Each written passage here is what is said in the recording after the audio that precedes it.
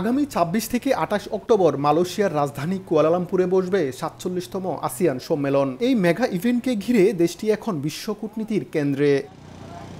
শীর্ষ এই সম্মেলন ঘিরে নিরাপত্তার চাদরে ঢেকে দেওয়া হয়েছে শহরের গুরুত্বপূর্ণ সব স্থান।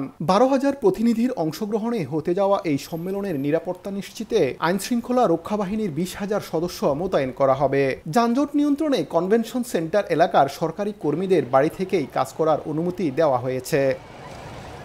এবারের আসিয়ান সম্মেলনে সংস্থার শীর্ষ নেতাদের পাশাপাশি থাকবেন মার্কিন প্রেসিডেন্ট ডোনাল্ড ট্রাম্পও। ভারতের প্রধানমন্ত্রী সরাসরি অংশ না নিলেও তিনি ভার্চুয়ালি ভাষণ দেবেন বলে জানা গেছে। তবে রুশ প্রেসিডেন্ট ভ্লাদিমির পুতিনের অংশগ্রহণ এখনও নিশ্চিত নয়।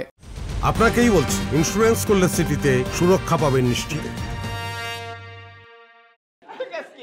সম্মেলনে বাণিজ্য শুল্ক হ্রাস, আঞ্চলিক অর্থনৈতিক সহযোগিতা বৃদ্ধি এবং ফিলিস্তিন ইস্যু সহ বৈশ্বিক মানবিক সংকট নিয়ে আলোচনা হবে। প্রধানমন্ত্রী আনোয়ার ইব্রাহিম যুক্তরাষ্ট্রের সঙ্গে আলোচনায় মালয়েশিয়ার ইলেকট্রনিক পণ্যে শূন্য শুল্ক বজায় রাখাকে প্রধান এজেন্ডা হিসেবে তুলবেন বলে জানা গেছে।